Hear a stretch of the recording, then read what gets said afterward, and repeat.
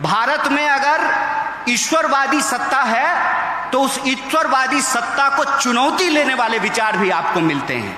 फर्ज कीजिए चांद तो वही है ना भैया, जिसको आप करवा चौथ में भी चलनी लेकर के देखते हैं और ईद में भी देखते हैं।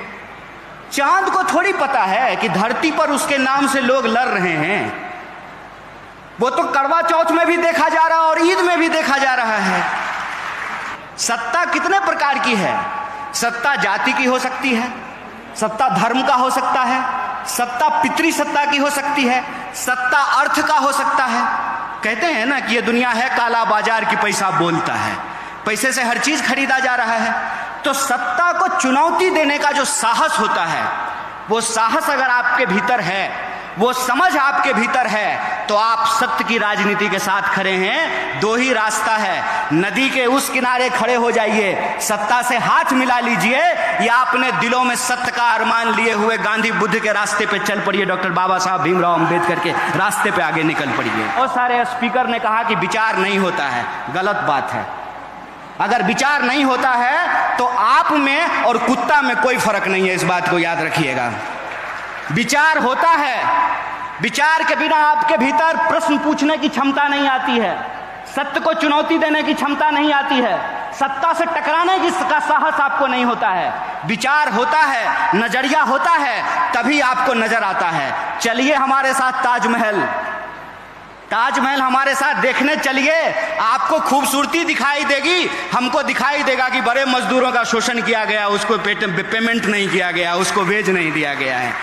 एक ही चीज है, उसको आप किस नजरिए से देखते हैं, ये नजरिए पे निर्भर करता है। और हम किस काल खंड में पैदा हुए हैं, इससे हमारी विचारधारा तय होती है। जैसे एग्जाम आप देखिए करवा चौथ को चलनी लेकर के, आप देखिए ईद पर चांद को, लेकिन जब एग्जाम होगा यूपीएससी का और पूछा जाएगा कि चंद्रग्रहण कैसे लगता है, तो ये लिख करके आइएगा कि केतु और राहु की वजह से होता है, तो एग्जाम में आप फेल हो जाइएगा। इस बात को याद रखिएगा। आप सामाजिक व्यवस्था में, आर्थिक व्यवस्था में, सांस्कृतिक व्यवस्था में, राजनीतिक व्यवस्था में कहां खड़े हैं, वहीं से आपका विचार तय होता है। अगर आप शोषित वर्ग से आते हैं तो आप शोषण के खिलाफ अपनी आवाज को मुखरता से बोलेंगे, क्योंकि याद रखिएगा होमो सेपियंस होने की बुनियादी जरूरत यह है कि अगर हम रोते नहीं हैं तो हमारी मां को भी नहीं पता चलता है कि हमको भूख लगी है, वो हमको दूध नहीं पिला पाती है।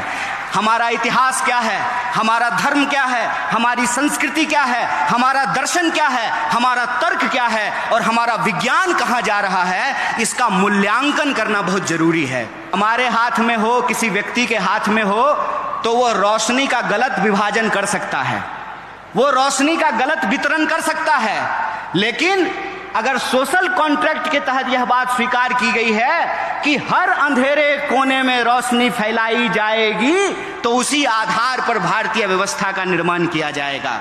और जब देश 47 में आजाद हुआ, संविधान सभा का गठन हुआ, 50 में जब संविधान लागू हुआ, तो आपको मालूम होना चाहिए कि इस देश में जाति व्यवस्था के खिलाफ जो हजारों साल का संघर्ष था, उसको एक जीत हासिल हुई, उसको एक मुकाम हासिल हुआ और पहली बार ब्राह्मण और दलित को बराबर को वोट देने का अधिकार मिला। यह इस देश के संविधान से संभव हो पाया है।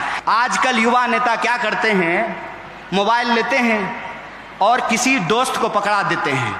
ध्यान से सुनना इस बात को, किसी दोस्त को पकड़ा देते हैं और कोई नेता जब अपने गाड़ी से उतरता है ना, उसके बगल में जाके खड़ा हो जाते हैं, सर नमस्ते, और उसको कहते हैं कि जब हम ऐसे हाथ करेंगे ना, फटाक से क्लिक कर लेना तुम उसको, और ज्यों ही वो ऐसे हाथ एक्शन देगा त्यों ही फोटो खींच लेगा और सोशल मीडिया पे डालेगा। आज अमुक नेता से देश की राजनीति पर गंभीर चर्चा करने का अवसर प्राप्त हुआ है। हाथ जोड़ करके कहते हैं भाई ये मत करना, ये मत करना, ये याद रखना कि तुम्हारी राजनीति क्या है। इस देश में बाप जात पैसा चलता है मेरे भाई, बीजेपी, बाप जात पैसा।